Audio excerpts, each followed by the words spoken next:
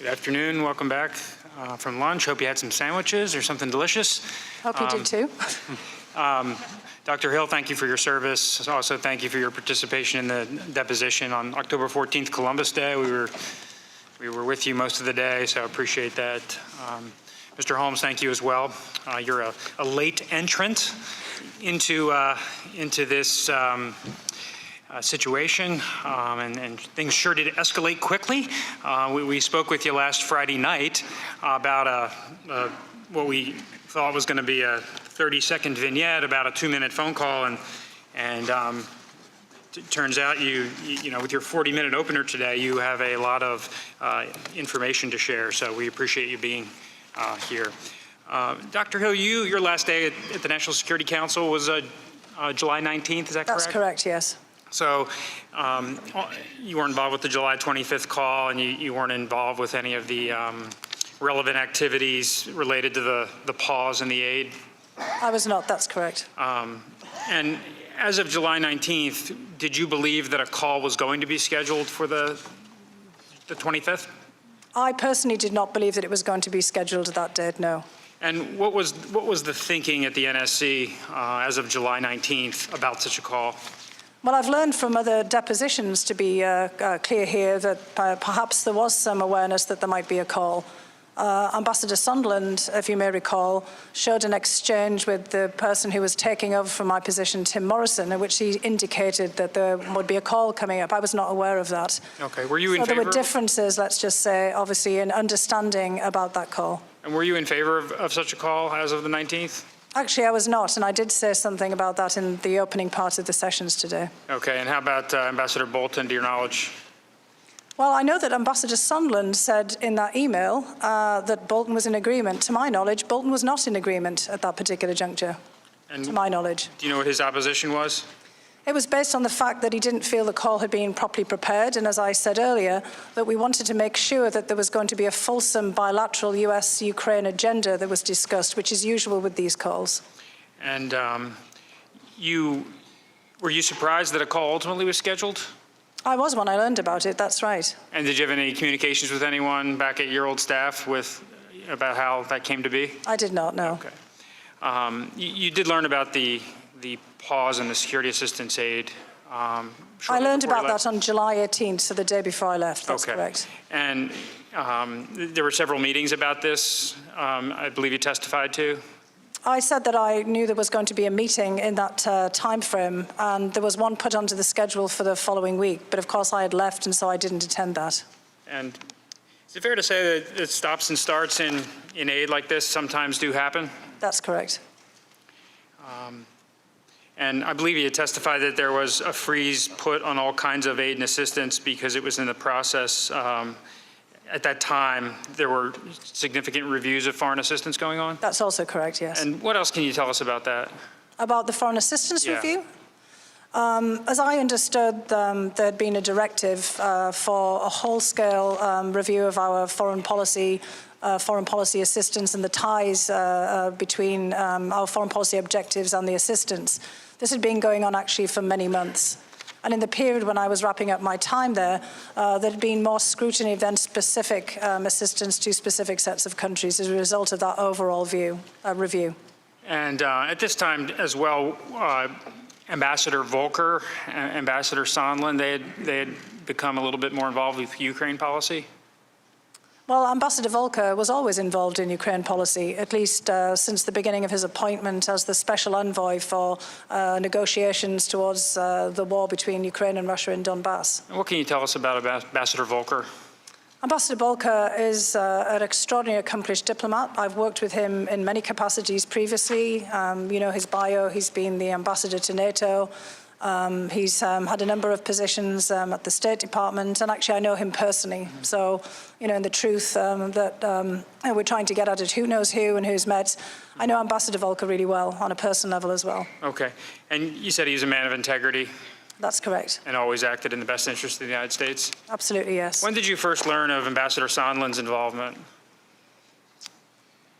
Well, it came in different ways. Ambassador Sondland, as the ambassador to the EU, had some perfectly logical involvement in the Ukraine portfolio. We work very closely with the European Union on matters related to Ukraine.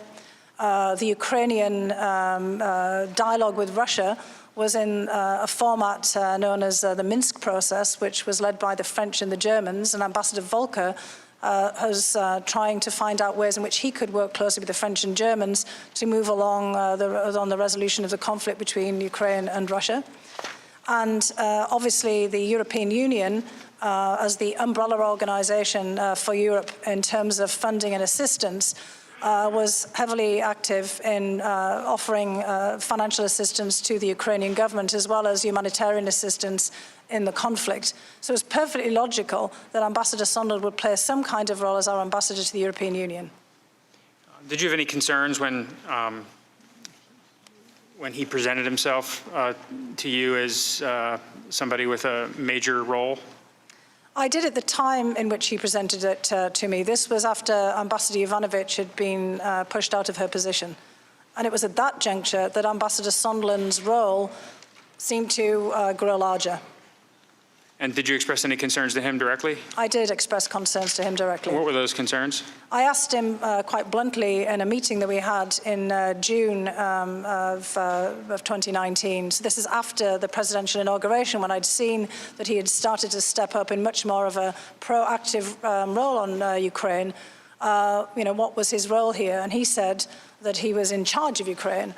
And I said, well, who put you in charge, Ambassador Sondland? And he said, the president. Did that surprise you when he told you that? It did surprise me. We'd had no directive. We hadn't been told this. Ambassador Bolton had never indicated in any way that he thought that Ambassador Sondland was playing a leading role in Ukraine. Right. I believe you used the term a large remit, that he characterized he had been given a large remit from the president. I can't remember what I said, remit, but it was portfolio. He was constantly, these are all synonyms. He was talking to us about the fact that he'd been given a very broad portfolio by the president. He said his job was to go out and make deals in Europe.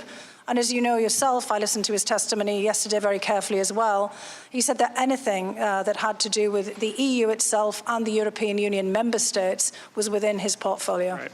We asked Ambassador Sondland about that at his deposition, and he conceded that he may have been spinning a little bit when he said that the president specifically gave him that role, and he indicated that his authority was coming at least a little bit more from the Secretary of State.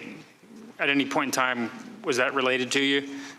At different points, he mentioned talking directly to the Chief of Staff Mulvaney, and he also talked about Secretary Pompeo. But he was very, in fact, there were other people in the room in the meeting in which he asserted this to me, that it was the president who had put him in charge of this. Were you encouraged, as of your last day in the office, that U.S. policy towards the Ukraine was headed in the right direction? I was not. And why was that? Well, I was concerned about two things in particular. One was, again, the removal of our ambassador. And again, I will say for the record that the president has a perfect right to remove any ambassador at any time for any reason. But I was very concerned about the circumstances in which her reputation had been maligned repeatedly on television and in all kinds of exchanges. I felt that that was completely unnecessary. If the president wanted to remove an ambassador, which he did quite frequently, there was a number of ambassadors removed who were not political but career officials. That was done, but without these kinds of interventions. I wondered what that message was being sent. So there was that. And then on the second front, it was very clear at this point that there was, let's just say, a different channel in operation in relations to Ukraine, one that was domestic and political in nature, and that was very different from the channel or the loop, however you like it, that I and my colleagues were in, where we were focused on bilateral relations and US foreign policy toward Ukraine. And these two things had diverged at this point. In the run-up to Ambassador Yovanovitch's separation from post, did you have any communications with officials at the State Department about your concerns? I did. And who did you relate those concerns to? I related those concerns directly to my counterpart, who was Acting Assistant Secretary Phil Rieker, who I know you've spoken to. I also spoke to David Hale in the context of larger meetings about many other issues. I mean, again, I covered a broad portfolio myself, and we often would talk about individual items. And I had private discussions with Deputy Secretary Sullivan And he, of course, has appeared before committees here in the course of his nomination to be ambassador to Russia and has spoken about that himself. Okay. And you advocated to all those officials about your concerns about the information being spread about Ambassador Yovanovitch? I did, that's correct. The Trump administration changed courses from its predecessor and provided lethal defensive assistance to the Ukraine. Were you in favor of arming the Ukrainians with the javelins? I was not initially in 2015 before I joined the government, and I'm sure that many people on the committee have seen that I wrote an opinion piece with a colleague at the Brookings Institution in that juncture, because I was very worried at that particular point in time that the Ukrainian military was not in a fit state to really take on board sophisticated weapons, be they defensive or offensive weapons. And I worried that there was not a long-term sustainable plan given the overwhelming force that the Russians could apply against the Ukrainians. However, when I came into government in 2017 and started to interact with all of my colleagues in the Pentagon, and you had Laura Cooper here yesterday, I realized, in fact, that there'd been an awful lot of work done on this and that there was a clear and consistent plan for the sustainability long-term of the Ukrainian military. So I changed my mind. Okay. And you're in fact one of the, I believe, the only witness that we've spoken to that has been able to articulate the opposition to providing the javelins. And as we understand it, during the Obama administration, the interagency consensus was, in fact, to provide the javelins, but they were not provided. Were you aware of the decision back then? I was, and I think it was very much made on a political basis about concerns that this would provoke the Russians. Depending on how this was presented. And we were very mindful of that also when there were the discussions internally about the lethal defensive weapons inside of the administration. Mr. Holmes, you're on the ground in Kyiv, and the javelins have now been authorized, provided. What's the view from the field, the U.S. Embassy, as to the effectiveness of the javelins? They're an important strategic deterrent. They're not actively employed in combat operations right now, but the mere idea that were the Russians to advance substantially using certain kinds of armor, that the Ukrainians would have this capability, deters them from doing so. It also thereby sends a very important symbolic message to the Ukrainian military that they have access to this high-end technology and that we trust them to do it. I would only add also that they've offered to buy some using their own funds. The initial tranche was provided through basically a program to do that, but they've now offered to spend their own money to buy more. So I think they think they're important. And Ambassador Taylor has testified, Mr. Kent has testified that this is, in fact, the consensus of the interagency providing the javelins. Is it the, in your experience working with Ambassador Taylor, was he also very much an advocate for this? Yes.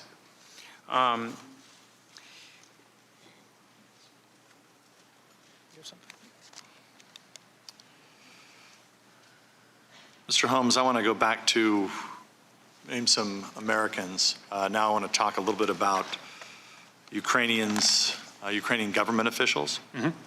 Are you familiar with Sergei Leshchenko? Yes. Have you met with him? I have. He was a journalist, then he was in the parliament. Is he currently in the parliament? Journalist again. Journalist again. Are you aware that when he was in the parliament that he had provided information to a Fusion GPS operative named Nellie Orr? I'm not aware of Nellie Orr. I'm not aware of who he provided information to. I'm aware that as a journalist, he's provided information. Well, he was in the parliament at the time. This is in the 2016 campaign. He provided widely known as the Black Ledger. Have you ever heard of the Black Ledger? I have.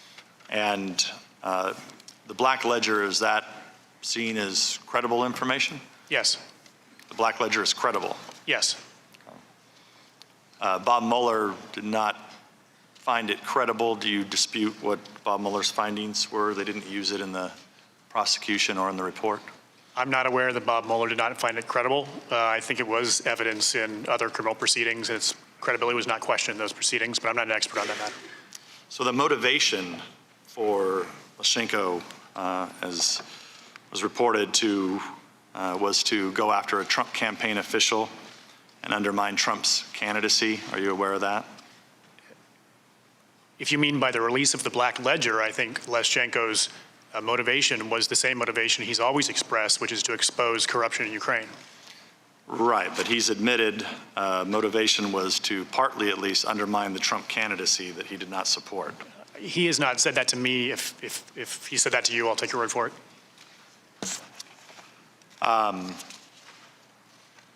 And you're aware that you heard Dr. Hill's testimony, but the Steele dossier that contained that initial information that was fed in the FBI, were you aware that the Democrats had paid for that information? So, sir, I never had any involvement directly with I'm it. not accusing you of involvement. I'm just asking if you, not even if you knew at the time, but you now know today that the Democrats had paid for that information. So I do want to be clear that all that happened before I arrived in Ukraine, so I don't have any firsthand. Not accusing any involvement of you with the Steele dossier. Understood, but I do want to be clear about that. And then in addition, I have read about those issues, but I'm not an expert on them. But you're not disputing that the Democrats and the Clinton campaign were the source of funds that funded the Steele dossier? I wouldn't be in a position to dispute that, sir. Do you think it's appropriate for political parties to run operatives in foreign countries to dig up dirt on their opponents? No. Dr. Hill, do you think it's appropriate for political parties to pay operatives to dig up dirt on their opponents? I do not. Mr. Castor. Turn to the President Zelensky's inauguration. Ambassador Volker testified that he was very pleased with the size of the delegation, although the vice president was unable to make the trip.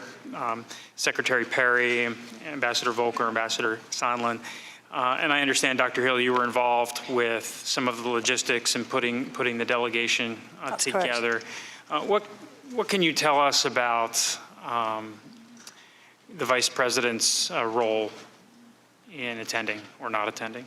Well, I know that you've had the testimony of Jennifer Williams from the Vice President's office, and I defer to her as being much closer to the decision-making about the Vice President's attendance. I will say that I and many others hoped that the Vice President would be able to attend. And what I know from my perspective, because I was not involved intimately in discussions with the Vice President or his immediate staff, was that there were some questions about the schedule. As you all know, the President and Vice President can not be out of the country at the same time. And there were some questions about presidential travel in the same time frame. There was quite a bit of back and forth as to whether it would be really feasible for the Vice President in that time frame to go. So that was what I was aware of. I wasn't aware to the extent of the discussions that obviously Ms. Williams was involved in. Right, the president was traveling in Japan, and then he was headed to Europe for the D-Day anniversary. The vice president's office, according to Ms. Williams, provided 4 days, the end of May, the 29th, 30th, 31st, June 1st. And as it turned out, the Ukrainians decided, I believe it was on May 16th, to schedule the inauguration for 4 days later. And by this point in time, the vice president had been rerouted for a trip to Canada about the USMCA. And I just want to ask you whether you don't have any evidence that the vice president was encouraged not to attend for any other reason, do you? I personally do not, but again, I defer to Ms. Williams. And Ms. Williams' testimony was that she heard from the chief of staff's assistant that the vice president was not able to go. The leap, the reason for that was related to any of these investigations hasn't been fully established. I want to just note from the materials you provided for your deposition, there was a discussion whether President Orban may have influenced President Trump's decision on that May 13th day. And do you remember when the meeting was with President Orban? I do. When was that? That was in May, that's correct. But do you remember what time of day it was on the 13th? To be honest, usually these meetings are around lunchtime, sometime in that time frame, in the kind of early to mid part of the day. Right. But I can't speak for sure, and I just want to be very clear that I cannot speak about head of state engagements. Okay. Jennifer Williams testified that she learned about 11 or 11:15, and the meeting with President Orban was not scheduled until later in the afternoon. According to your schedule, it was right around 1:45. Is that consistent with your recollection? Well, about the lunchtime time frame, yeah. Okay. Depending on when one has lunch, I guess. Okay. But overall, given the 4 days' notice, given Secretary Perry's involvement, do you think the delegation was a good-sized group? I do, and let me also make a point that we don't try to make these delegations large. This is on the taxpayer's dime, and it's pretty expensive getting people there if you have to get military air, and we try to keep them small. If we had a longer lead time, perhaps we would have made other arrangements, but 4 days is not a lot of time to make an arrangement. And Secretary Perry had become interested in some of the energy-related issues in the Ukraine. I actually recommended that Secretary Perry be the lead, along with others. And what can you tell us about his involvement in some of the Ukrainian policy? Well, Secretary Perry's engagement in this made, again, perfect sense, given his role as Secretary of Energy, also his deep knowledge of the energy industry, his former governorship. Secretary Perry himself is an extraordinarily good advocate of U.S. interests, particularly in the energy sphere.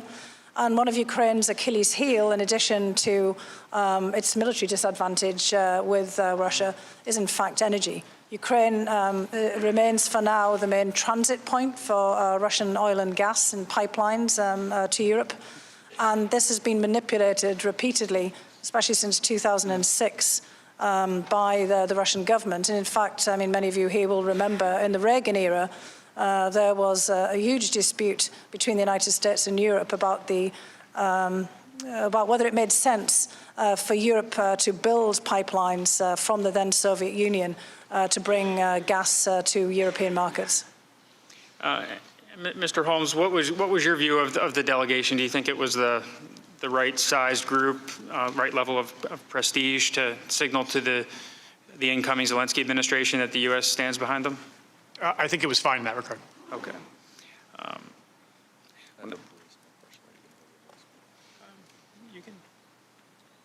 Since we're on the topic of Ukraine energy, I think it's a good way for us to segue into Burisma, which I assume both of you are familiar with. You've heard about it for many, many years. You're on the ground there now, Mr. Holmes. I know you weren't there, but at the time, but in September 2015, then Ambassador to Ukraine, Jeffrey Pyatt, Obama-appointed career ambassador. I'm sure you know him. I do. Credible? Yes. Successful ambassador, I'm sure. He called for an investigation into Zlochevsky, the owner of Burisma, president of Burisma. Are you familiar with that? Yes. Okay. Did you know about Deputy Assistant Secretary of State Kent's concerns about the potential conflict of interest with Hunter Biden sitting on the board of Burisma? I would defer to George Kent, who was involved at the time and is an expert on those issues. As you know, that the financial records show that this Ukrainian natural gas company, Burisma, routed more than $3 million to the American accounts of Hunter Biden. I've heard that. Were you familiar with that, Dr. Hill? Only from newspaper reports. Okay. Did you know that Burisma's American, and this is back to you, Mr. Holmes. Did you know that Burisma's American legal representatives met with Ukrainian officials just days after the vice president forced the firing of the country's chief prosecutor? No. Did you know that Burisma's American lawyers tried to secure a meeting with the new state prosecutor the same day the predecessor, Victor Shokin's firing was announced? No. Did you know that Joe Biden called Ukrainian President Poroshenko at least 3 times in February 2016, shortly after the president and owner of Burisma's home was raided on February 2nd by the state prosecutor's office? No. Did you know that Devin Archer and Hunter Biden reached out to the Deputy Secretary of State, Tony Blinken, shortly after the raid on Burisma? No.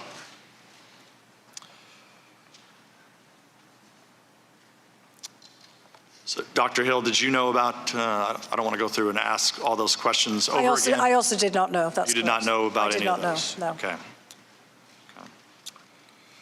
So you obviously know that the president had concerns about Burisma, had concerns about 2016 election meddling by the Ukrainians. When you were in there as the head of the Ukraine desk, did you ever raise any of these? Did you ever brief the president or raise it up to Ambassador Bolton about any concerns through 2017 and 18 that concerned 2016 election meddling or Burisma concerns? The whole briefing process didn't really work in the way that you're suggesting there. So if the president had asked about any of this information, it would have been provided for him. Just to be very clear, Ukraine was not a top foreign policy priority in this period, in the same way that many other issues that we could talk about, from Syria to Turkey and others, are. So there weren't that frequent briefings on Ukraine. The briefings would take place when there was a scheduled meeting with a Ukrainian head of state. Mm-hmm. And as we know, there haven't been too many of those. So but as far as you know, you did no briefings, no papers, answered no questions as it relates to the 2016 election or Burisma during your time there? No, I did not know. Okay. Thank you. Mr. Castor. And Dr. Hill, you told us during your deposition that indeed that there are perceived conflict of interest troubles when the child of a government official is involved with something that government official has an official policy role in, correct? I think any family member of any member of the US government, Congress or the Senate is open to all kinds of questions about optics and of perhaps undue outside influence if they take part in any kind of activity that could be misconstrued as being related to their parent or other family member's work. So as a matter of course, yes, I do think that's the case. Getting back to Ambassador Sondland, you testified that every now and then he made a habit of name-dropping his interactions with the president.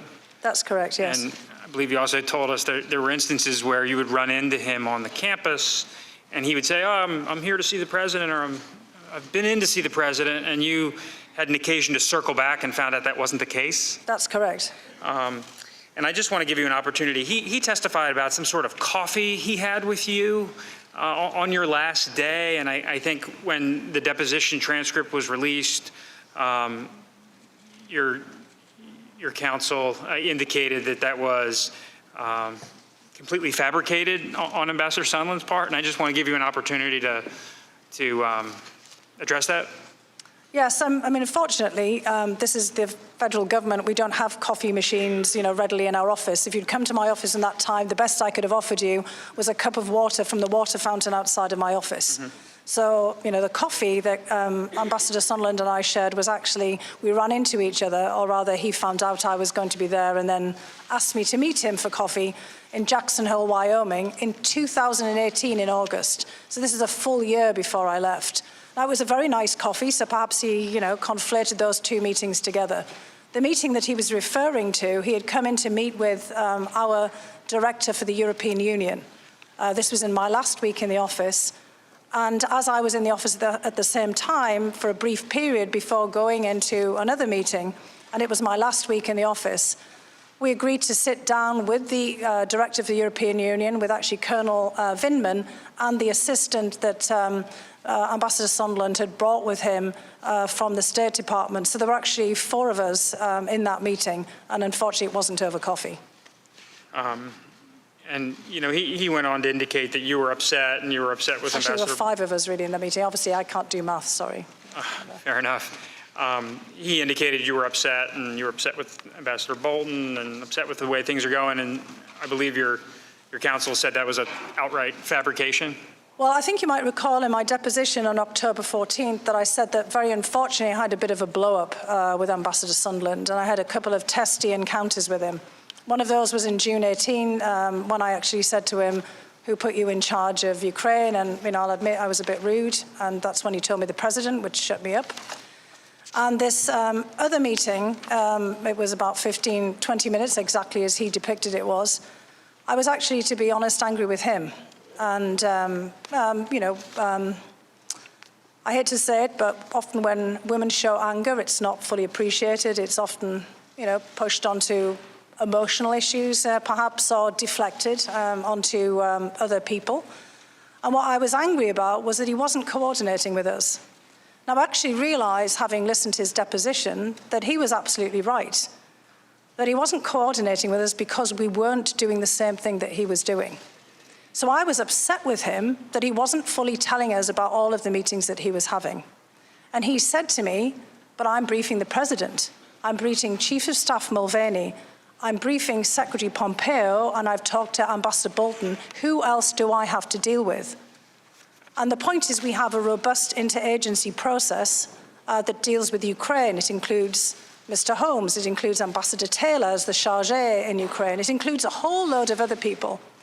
But it struck me yesterday when you put up on the screen Ambassador Sondland's emails and who was on these emails, and he said, these are the people who need to know, that he was absolutely right, because he was being involved in a domestic political errand. And we were being involved in national security foreign policy, and those two things had just diverged. So he was correct, and I had not put my finger on that at the moment, but I was irritated with him and angry with him that he wasn't fully coordinating. And I did say to him, Ambassador Sondland, Gordon, I think this is all going to blow up, and here we are. And after I left to my next meeting, our director for the European Union talked to him much further for a full half hour or more later, trying to ask him about how we could coordinate better, or how others could coordinate better after I had left the office. And his feeling was that the National Security Council was always trying to block him.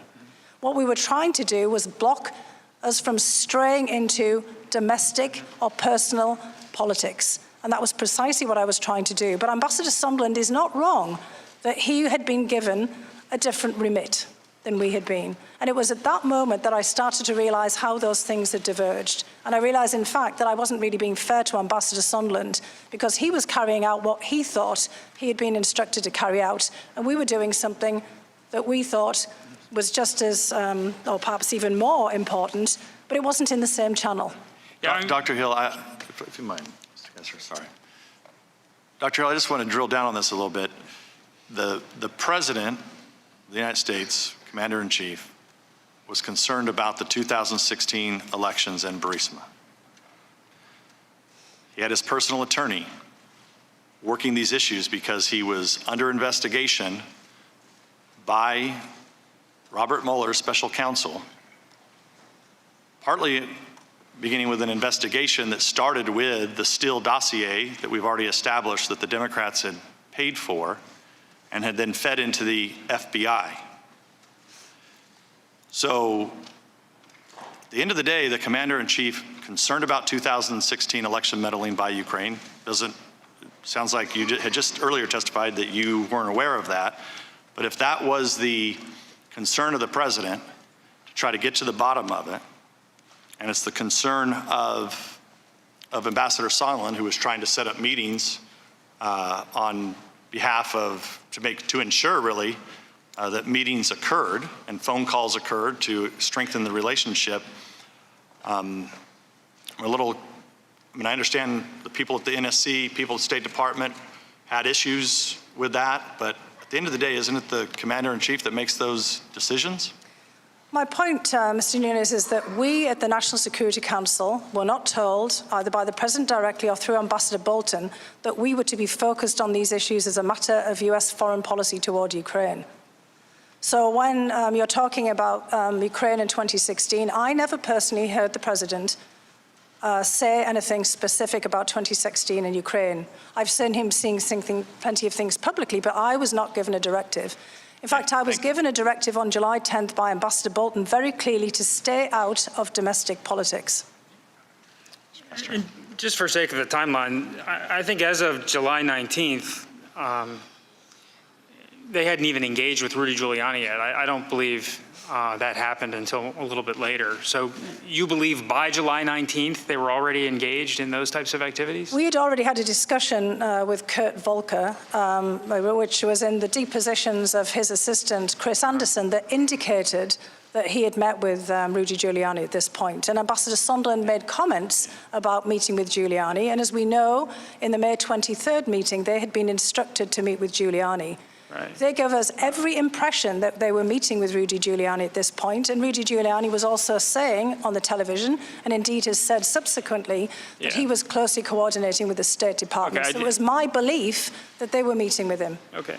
And there's some ambiguity in the direction to work with Rudy Giuliani. Ambassador Volker said the president dismissed Ukraine and said, oh, if you want to work on it, just go talk to Rudy.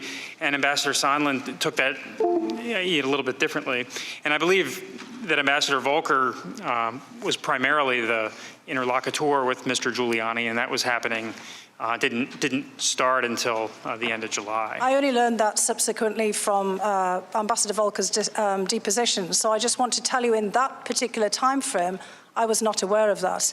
And in fact, Gordon Sondland did refer to Rudy Giuliani. And again, Ambassador Bolton had warned Ambassador Volker not to meet with Rudy Giuliani in a meeting. Mr. Morrison told us both in his deposition and his public hearing that you had related concerns about Colonel Vindman's judgment. I did not relate any concerns in general terms about Colonel Vindman's judgment, so I was somewhat surprised when I heard Mr. Morrison make that assertion and when I read his deposition. There was a very specific point that was made, and again, these are personnel issues, and I'm sure that nobody here would like to have their private personnel issues put before a committee, but you've asked me about this.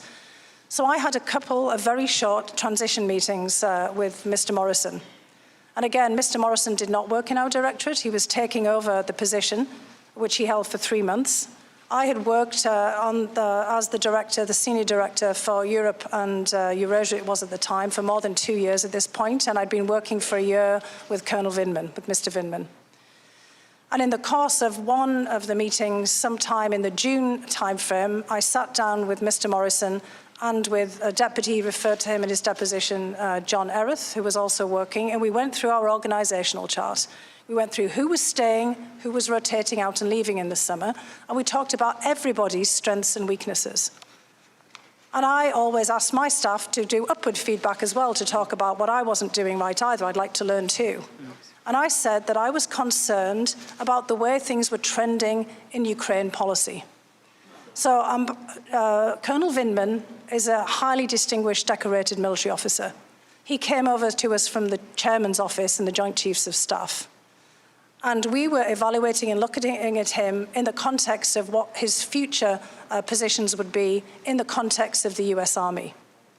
And I was concerned that if, for example, Colonel Vindman might decide to leave the military, that perhaps he wasn't as well suited for something that would be much more political. I did not feel that he had the political antenna to deal with something that was straying into domestic politics. Not everyone is suited for that.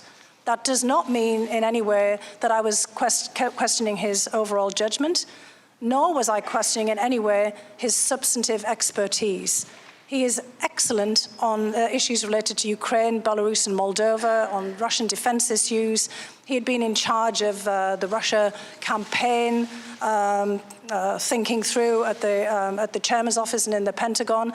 This was a very specific issue, because by June, we saw that things were diverging and you needed completely different sensitivity. Some people in my office have worked at the highest levels of advisory positions, and Mr. Morrison had come from Capitol Hill. He knew politics inside out, and we said that Colonel Vindman did not, and we were concerned about how he would manage what was becoming a highly charged and potentially partisan issue, which had not been before. And Colonel Vindman related to us during his deposition that he subsequently was sort of cut out of a lot of the decision-making and involvements with the embassy in Ukraine. Was that something you recommended? Not with the embassy in Ukraine. I mean, we did pull him back from the meeting in May in the Oval Office. And subsequently, we were very concerned about these political aspects to this, and we did not feel, when July 10th, Colonel Vinman was justifiably alarmed when he realized that there was this highly political aspect of the meeting that we were looking for eventually with President Zelensky. And Mr. Holmes, I want to, at the end of August, we understand that Ambassador Taylor was engaged in obtaining some information for the president about European allies' burden sharing in the region as the decision about aid was being debated. So, sir, after the hold was placed on the security assistance, and many people, I think, were scrambling to try to understand why. I believe it was Senator Johnson who had said the president was concerned about burden sharing, perhaps others as well. And so trying to interpret why this might have happened, and we were looking into the facts of what the Europeans have provided and what we have provided. It's very illuminating what we learned. The United States has provided combined civilian and military assistance to Ukraine since 2014 of about $3 billion plus two $1 billion, three $1 billion loan guarantees. That's not, those get paid back largely. So just over $3 billion. The Europeans, at the level of the European Union plus the member states combined since 2014, my understanding, have provided a combined $12 billion to Ukraine. And you were able to communicate that information back at the end of August? I believe so. Yeah, this is done in collaboration with other missions to the EU, to NATO, and others. Yes. And do you think that was the information the White House was looking for? We don't know. If the concern was that that others weren't spending as much as we were to support Ukraine, then that information showed a different story. Okay. And the aid was subsequently lifted? The pause in the aid was lifted shortly thereafter? It was in early September, mid-September. Yield back.